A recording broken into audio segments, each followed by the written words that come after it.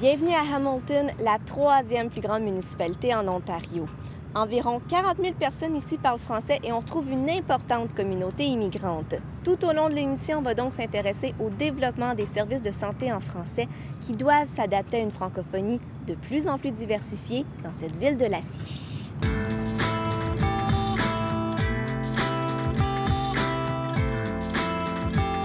Hamilton est une ville d'1 demi-million d'habitants située sur le lac Ontario.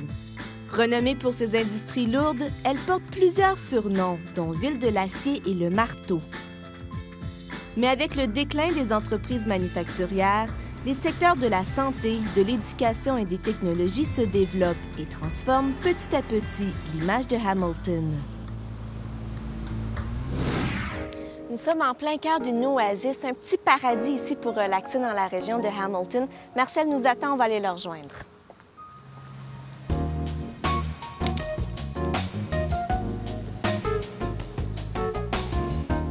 Bon, dites-moi, Marcel, où on se trouve ici? En ce moment, on est au Jardin botanique de Hamilton. Et puis, c'est un endroit quand même assez spectaculaire, autant pour les gens de la place que les gens qui... les visiteurs à Hamilton, parce que c'est certainement pas un endroit ou le genre d'endroit qu'on associe avec la ville de Hamilton. Pourquoi vous aimez ça, venir ici? Qu'est-ce qu'il y a à pas aimer, tu sais? Écoute, les fleurs, les jardins, les fontaines, c'est relax. Les jardins comme ça, j'associe ça aussi beaucoup comme à des terrains de golf, à un moment donné, que j'aime beaucoup faire. Ça fait que ça nous permet là, de s'échapper et puis s'évader un peu là, du quotidien. Qu'est-ce que vous aimez de Hamilton? Les changements qui se font dans la ville, je veux dire, c'est vraiment marquant avec comme les populations de nouveaux arrivants qui arrivent à Hamilton constamment. Moi, je trouve que c'est une ville qui commence à ressembler beaucoup plus les grosses villes cosmopolitaines comme Toronto, où il y a le multiculturel, il y a beaucoup de... il y a d'épanouissement à tous les différents niveaux. Et comment on peut décrire Marcel? Il y a un dicton qui dit comme je travaille dur et puis je m'amuse dur aussi, dans le sens que quand je travaille, disons, je prends ça au sérieux et puis j'aime faire avancer des choses, mais quand je décroche, puis j'aime vraiment décompresser. Le centre de santé, c'est je pense pour le décrire brièvement, c'est un organisme multiservice à but non lucratif et puis dont je pense que le but principal, c'est justement de fournir des soins de santé primaire. Disons, à sa genèse, c'était des soins de santé primaire pour les francophones de la région de Hamilton et Niagara. Mais à ça, maintenant, s'ajoute quand même toute une gamme de services.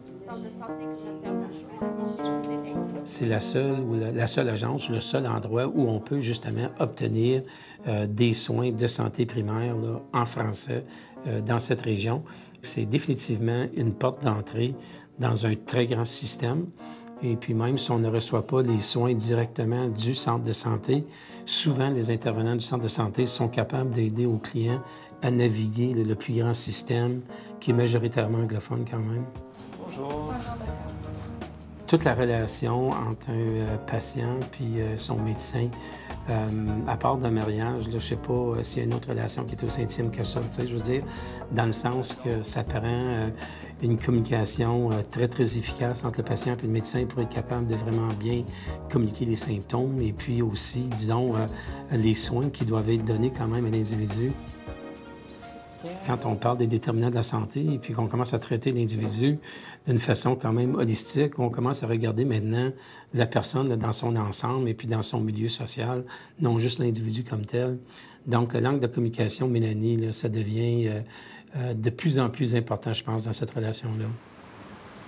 Welland, c'est une ville sous-desservie complètement, disons, au niveau des soins de santé, non seulement en français, mais aussi en anglais.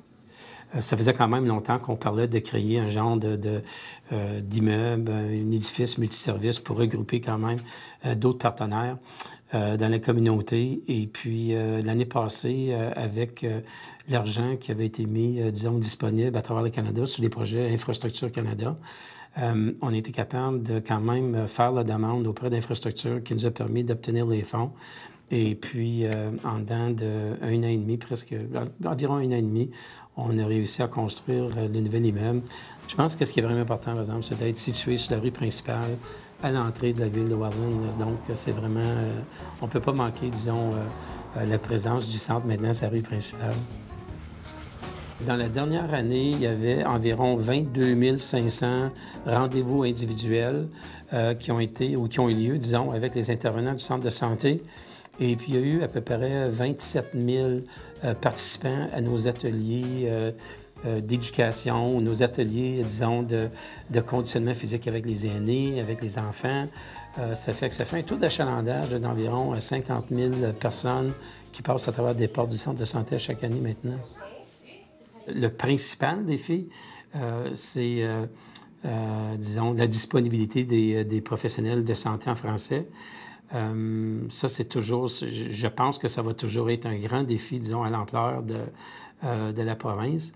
Mais ceci étant dit, le deuxième grand défi, c'est que puisqu'il y a si peu d'intervenants francophones dans le domaine de la santé, c'est que si on n'a pas des agences comme les centres de santé qui se spécialisent, disons, dans le domaine de la santé pour les francophones, c'est que ces quelques francophones-là sont perdus à l'intérieur d'un système qui est tellement immense que même si les services sont parfois disponibles, ils sont presque pas accessibles. Mais je pense que les gens qui travaillent dans des organismes comme la nôtre commencent à réaliser l'importance de notre organisme quand on voit le nombre de gens qui passent à travers nos portes et puis qu'on réussit à aider finalement. On comprend facilement à un moment donné le pourquoi et puis, disons, l'importance de nos services. Après la pause, une communauté francophone en transformation.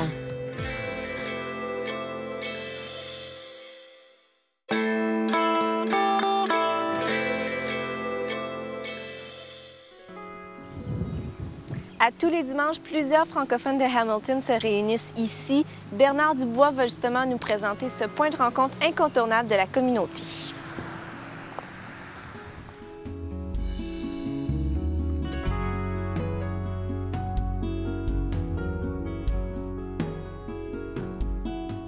Dites-moi, Bernard, où on se trouve ici présentement? Ici, on est à l'église Notre-Dame de Hamilton.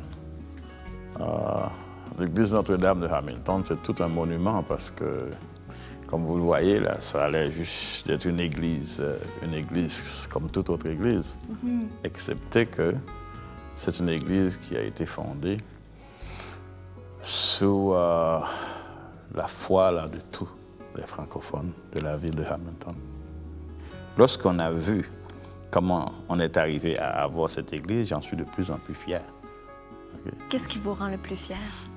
C'est de voir comment les francophones ont travaillé, comment ils ont travaillé fort pour avoir cette place-là qu'ils considèrent qui est leur place maintenant. Ça a été construit, fondé en quelle année, ça, ici? L'église elle-même, la fondation de l'église, c'était en 1951. C'est pour ça que cette année, on fête la 60e. Mais cette bâtisse-là, elle a été construite en 1962. On a fini la construction. Là, il y a la plaque en avant pour le prouver. Moi, je viens d'Haïti. Hein. Et quand j'étais jeune, en Haïti, on avait les prêtres étaient en majorité des Blancs. Okay? Donc, c'est-à-dire que les pays, la France, le Canada, la Belgique, la Suisse, nous envoyaient, la Hollande aussi, nous envoyaient leurs prêtres blancs pour nous évangéliser.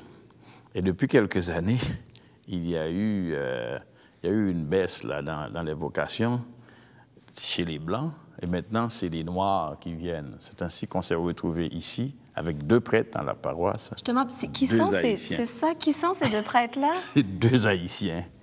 Il y a le père Philippe, Pierre-Philippe Jean-Pierre, qui est le curé, et puis il y a le père Archange Kébé, qui est le prêtre assistant. Pourquoi c'est important pour les francophones de continuer à se réunir ici, à cette église?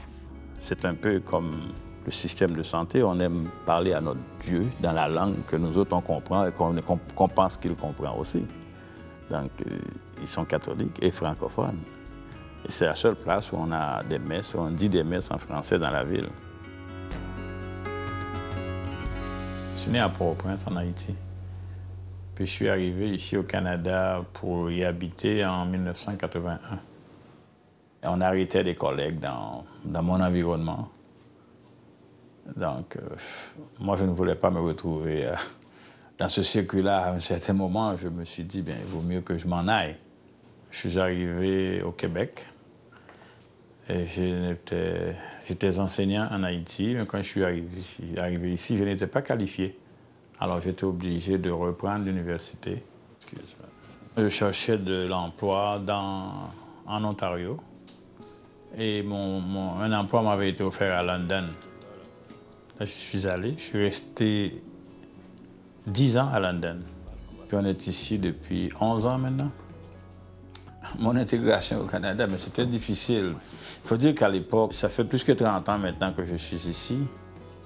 J'écoute la musique haïtienne dans mon auto, je me tiens au courant de ce qui se passe en Haïti, je donne mon aide particulière à des Haïtiens. Les nouveaux arrivants de la région de Hamilton viennent en grande partie du Congo, l'ancien Zaïre.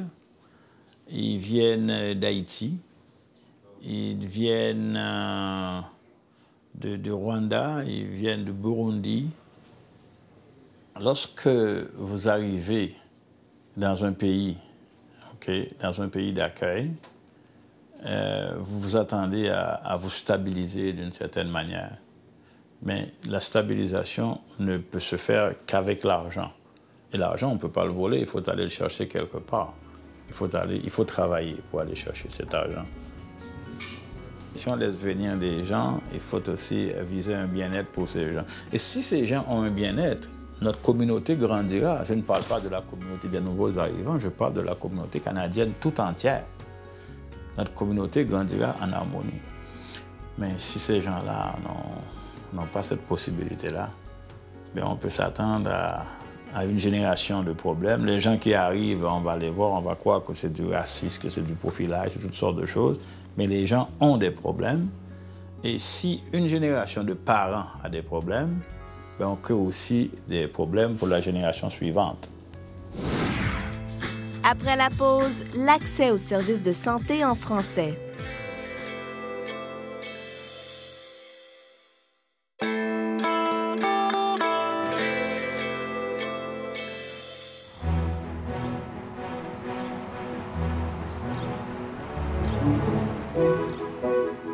Nous sommes devant le château Dundurn. C'est une résidence de l'époque du Haut-Canada. C'est une attraction touristique à visiter lorsqu'on vient ici à Hamilton. Et on est chanceux parce que c'est dans ce décor historique qu'on va lancer une discussion sur les services de santé en français pour les immigrants. On va donc aller retrouver Marcel du Centre de santé communautaire et Bernard de la Cour régionale Hamilton. Est-ce que les services de santé en français dans la région de Hamilton doivent s'adapter à une francophonie qui est de plus en plus diversifiée? On va commencer avec vous, Bernard. Vous savez, ces dernières années, d'ailleurs, j'en parle là quand je vais dans mes réunions à l'AFO, on risque d'avoir une francophonie parallèle en Ontario. Il y a les francophones de souche et puis il y a les nouveaux arrivants. Puis les nouveaux arrivants, surtout à Hamilton, ils sont quasiment, et même je pense qu'ils sont en majorité maintenant. C'est-à-dire que si on n'a pas un service qui est adapté à ces gens-là, on n'aura pas un service qui sera viable. C'est aussi une question d'être très, très sensible, culturellement parlant aussi. Autant qu'on a fait les différences entre les cultures anglophones, disons la culture francophone, c'est que même maintenant, je pense que c'est difficile pour la communauté francophone de s'adapter à ça parce que nous autres, on a toujours revendiqué les services en français. Puis, disons, on se disait toujours parce que la communauté était quand même tellement homogène qu'on faisait simplement revendiquer les services en français. Mais maintenant, on doit revendiquer des services en français qui sont aussi culturellement adaptés. Puis quand on parle déjà d'une petite communauté, ça rend le problème pas mal complexe. La personne qui arrive je ne sais pas moi, de Burundi ou bien du Rwanda, ou même d'Haïti, qui arrive ici, qui ne parle sa langue et un rudiment de français, ou bien qui parle bien français. Ces gens-là ne connaissent pas un mot d'anglais. Et le système, si on va dans le centre de santé, il n'y a pas de place, on est malade. Ces gens-là vont voir les médecins, vont dans le système parce qu'ils sont en urgence. Alors, qu'est-ce qu'on fait? Ils vont chez les Anglais, Personne ne les comprend. Ils restent chez eux, le système, et puis leur santé se détériore. Marcel Bernard, on va s'arrêter quelques instants. On va aller maintenant écouter le témoignage de Speciose Mukakamanzi. Elle est d'origine rwandaise et lorsqu'elle est arrivée ici en Ontario, pour elle, c'était primordial de pouvoir recevoir des services de santé en français.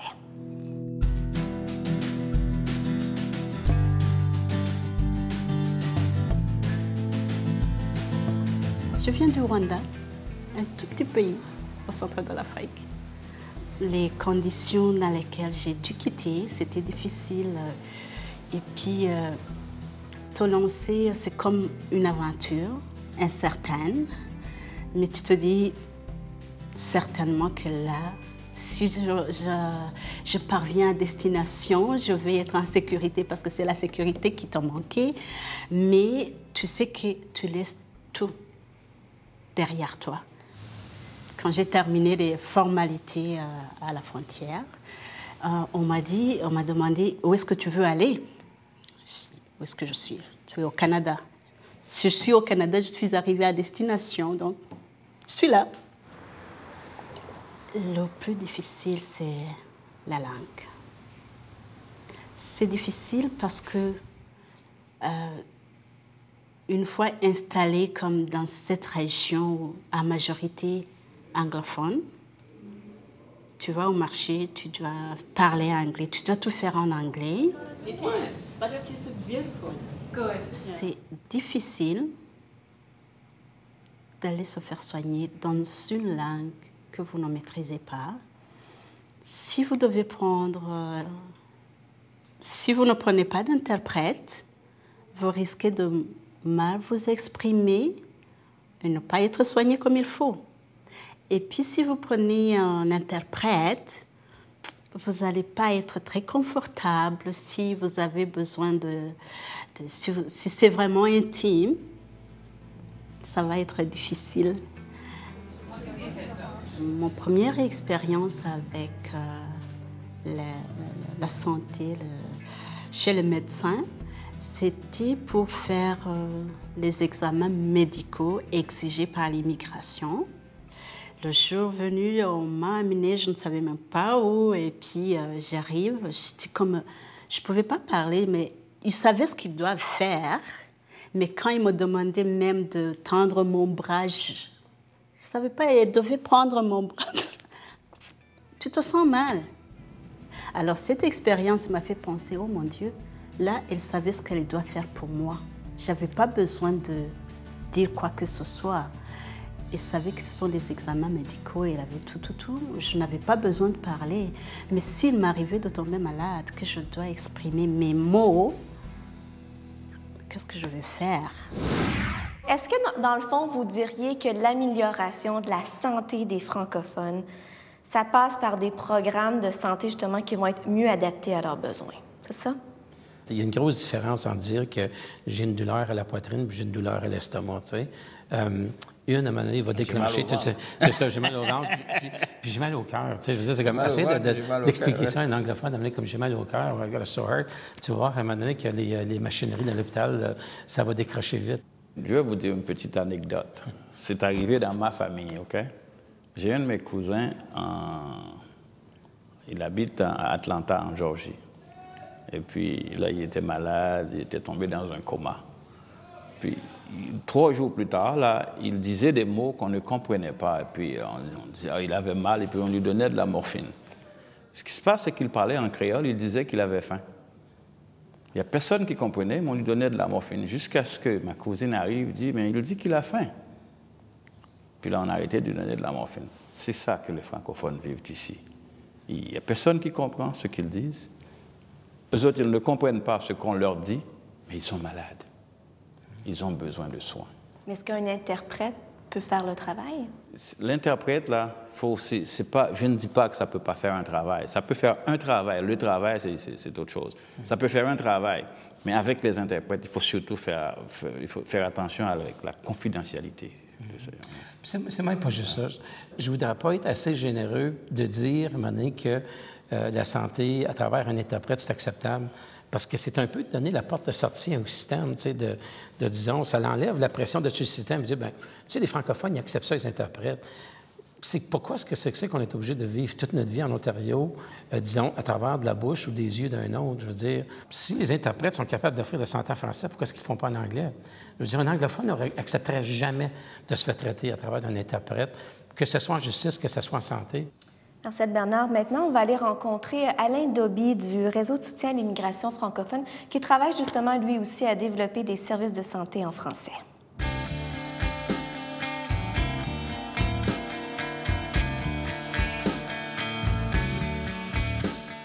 Je viens de la Côte d'Ivoire, qui est en Afrique de l'Ouest. Je suis venu au Canada en 1999 pour terminer une maîtrise. Mon expérience en tant qu'étudiant, elle était extrêmement intéressante. Et je dirais également que même en tant que professionnel, ça a été relativement facile également, puisque j'ai eu la chance d'avoir un premier boulot dès ma sortie de l'université. Et je vous parlerai de la vague qui est arrivée ici dans les alentours de 2004-2005, venant de pays qui ont connu la guerre, avec tout ce qu'il y a comme cohorte de torture et puis ainsi de suite. Et donc vous êtes d'accord avec moi que ce sont des frères et sœurs qui se ramassent ici avec une problématique qui est de fuir un pays qui est en guerre, de venir affronter toutes les difficultés qu'il y a de façon administrative pour s'intégrer. Et quand vous ajoutez à cela tout ce qu'il y a comme séquelles, comme traumatisme de vous à moi, je pense que les services en santé mentale sont nettement ou assez importants pour ces gens-là pour pouvoir les aider à pouvoir, j'allais dire, s'intégrer tranquillement dans leur nouvelle société d'accueil. Bonjour. Bonjour. La plupart des études qu'on parcourt nous dit que les immigrants arrivent en bonne santé et leur santé se détériore. Et vous pouvez imaginer facilement parce que, évidemment, j'allais dire, le rêve se transforme très rapidement, la réalité est complètement différente. Alors quand on doit aider ses enfants à aller à l'école, quand on doit se trouver un boulot, quand on doit se trouver un logement, je pense que l'impact psychosocial du processus d'immigration en tant que tel fragilise ces immigrants francophones. Est-ce que vous avez des enfants aussi? Je pense que c'est à juste titre que les immigrants francophones sont inscrits sur le tableau des cibles prioritaires, au même titre que les femmes, les enfants, les populations donc fragiles, parce qu'ils sont à risque.